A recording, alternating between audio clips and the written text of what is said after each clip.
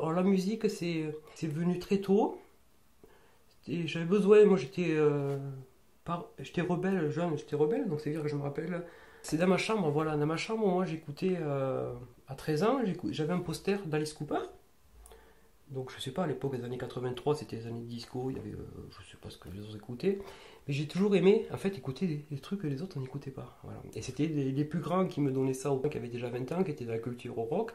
Et je trouvais que c'était des bonnes périodes. Et puis moi, j'ai commencé à écouter ce son, là, où il y avait de la guitare, de la batterie, des mélodies un peu au perché, ça crie un peu.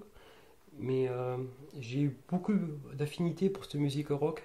Et qui m'a... Moi, enfin, dans ma chambre, c'était mon univers. Je me rappelle, on avait acheté ces chaînes-là, où il y avait des éléments. Donc ça, j'avais économisé très longtemps pour m'acheter ma platine disque et ma platine Technics, amplificateur, petit égaliseur, double cassette. Et je me rappelle avoir économisé, travaillé pour arriver à ce budget-là. Je me rappelle plus un franc. Ça a duré 3 4 mois l'histoire. Ah, donc je me rappelle, oui, cette magie-là, quand j'ai déballé ces cartons, que j'ai commencé à câbler derrière tous les fils, à mettre mes deux enceintes dans la chambre et le premier... Ouais, c'était là, j'avais... Et du coup, ben, voilà, d'écouter de la musique dans ma chambre. Alors, c'était du Alice Cooper, c'était du BOC, Blue Cult, du David Bowie, du Neil Young. Je me rappelle que ça, c'était vraiment mon univers à moi. Et j'adore quand c'est. J'aime pas le formater. Et ça, je trouvais que c'était rare parce que moi. Après, il y a eu AC/DC qui est arrivé, Iron Maiden. Donc, au collège, on voyait quelques rebelles avec leurs t-shirts. Mais ça me faisait marrer, moi, de faire partie de ce côté, bon, école privée catho, bien chic, mais on écoutait du Maiden, j'ai écouté du Maiden et du AC/DC, voilà. Et ça m'a toujours fait, et je ne suis jamais sorti de ça. Donc, juste historiquement, la musique, je commençais au lycée. Il y a mon cousin, encore, dans le coup, qui était compositeur. On a monté un groupe, et j'étais bassiste, parce qu'il y avait que cette place qui était libre, donc j'ai fait OK. Et puis on avait... ouais, ça a bien marché. Des compos rock, c'est même pas des reprises. On a eu quelques années, voilà, jusqu'à ce qu'on parte en fac à Montpellier, où il y a eu de l'amusement et c'est parti de rien. Voilà, c'est parti de rien, juste d'une motivation, mais qui a été faite très, très au sérieux, encore une fois. Moi, après, j'ai tout laissé tomber. J'ai mes études rapides, mais qui étaient là. Et après, j'ai repris à la trentaine, je me suis acheté une guitare quand même, parce que mon rêve c'était pas d'être bassiste. Et j'ai commencé à gratter 4 accords, puis 4 8 et puis etc. Et puis je me suis dit, quoi, tiens, un ou deux morceaux, tiens, ça sonne pas mal, mais bon, sans prétention. Et puis après, j'ai été muté à 7 comme prof de techno au collège Jean Moulin. Et là, je me suis fait un petit cercle d'amis de profs où on commençait à passer des soirées à 7 ben, en mangeant ensemble. Et puis en discutant, il y en avait une qui avait fait le conservatoire, prof de PS, qui avait fait le conservatoire au violon. Un qui était déjà prof de musique et de batterie. Et puis une nana prof de sport. Je me suis dit, tiens, autour de table, elle a l'air de chanter comme. Enfin, j'ai jamais appris, mais. Et donc je leur ai proposé, j'ai dit écoutez, on va arrêter de passer des soirées comme ça à faire n'importe quoi, on va essayer de monter un groupe. Bon, tout le monde a rigolé, mais un an et demi plus tard, il y a un album qui est sorti. Voilà. Et donc c'est là, je me suis dit, bah, ça c'est trop bien à faire aussi, et je vais essayer de perdurer là, parce que ça me plaît beaucoup. Comment s'appelle ce groupe? C'était, il s'appelait Black Beauty déjà, c'était le premier groupe, il s'appelait Black Beauty. Est-ce que tu peux nous décrire un peu le style du groupe? Ouais.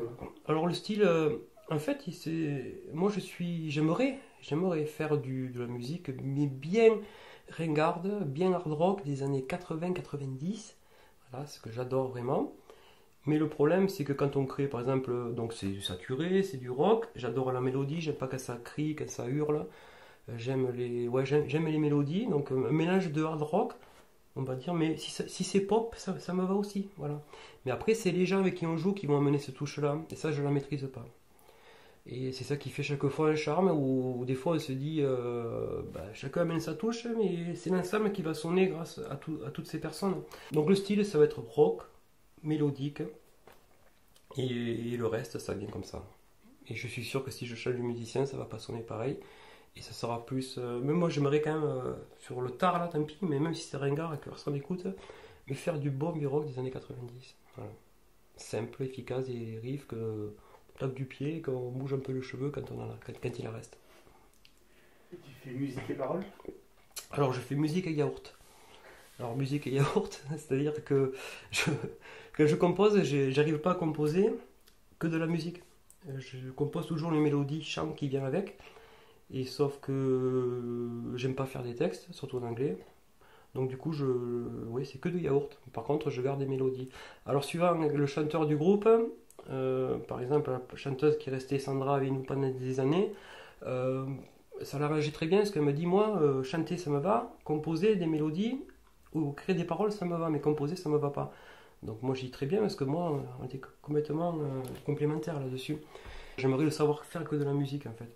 Et de dire voilà, maintenant à toi de créer la mélodie, les paroles.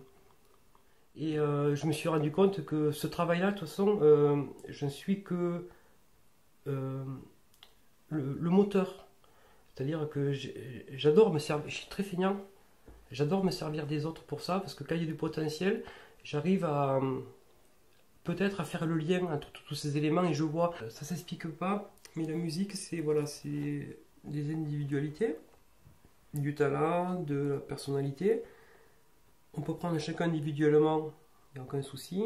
Quand on met ensemble, soit il se passe un truc, soit il y a une osmose qui se dégage, une cohérence, je dirais. Soit il se dégage, on ne comprend pas, mais quelque chose qui ne fonctionne pas. Il est impossible de pointer où c'est. Et c'est le résultat final, l'écoute finale, qui moi me dit, là, ok, là c'est bon, ça me parle, c'est ce que j'ai envie de faire. Ou je pige pas, mais ça fonctionne pas. Ça fonctionne pas musicalement. Et ça, c'est inexplicable. Voilà. Alors je pense que beaucoup de groupes doivent connaître ça. Mais je pense que quand on joue avec quelqu'un et qui ça colle humainement et que ça sonne ensemble, restez ensemble. Parce que c'est rare en fait. C'est rare d'être complice pour ça. Et d'avoir les mêmes aspirations, les mêmes goûts. Parce que les goûts, il y a tellement de genres musicaux qu'avant de trouver quelqu'un avec qui on sait que ça va fonctionner dans le même style, sans faire de concessions, parce que je trouve la musique c'est chiant de faire des concessions. Et puis moi, je fais pas de concessions, je fais pas de reprises, tout le monde en fait très bien, j'en fais pas, ça m'intéresse pas. Je veux vraiment faire de la composition, il n'y a que ça qui m'intéresse. Et pour ça, il faut trouver des gens avec qui ça vibre pareil. J'ai commencé la musique comme ça, m'enfermer avec un magnéto et je me rappelle avoir passé 100 heures sur un morceau. Franchement, les 100 heures c'était que du bonheur et moi-même. Une fois que j'ai fini mon produit sur ma cassette, là, à la fin, écouter une fois, deux fois, fait écouter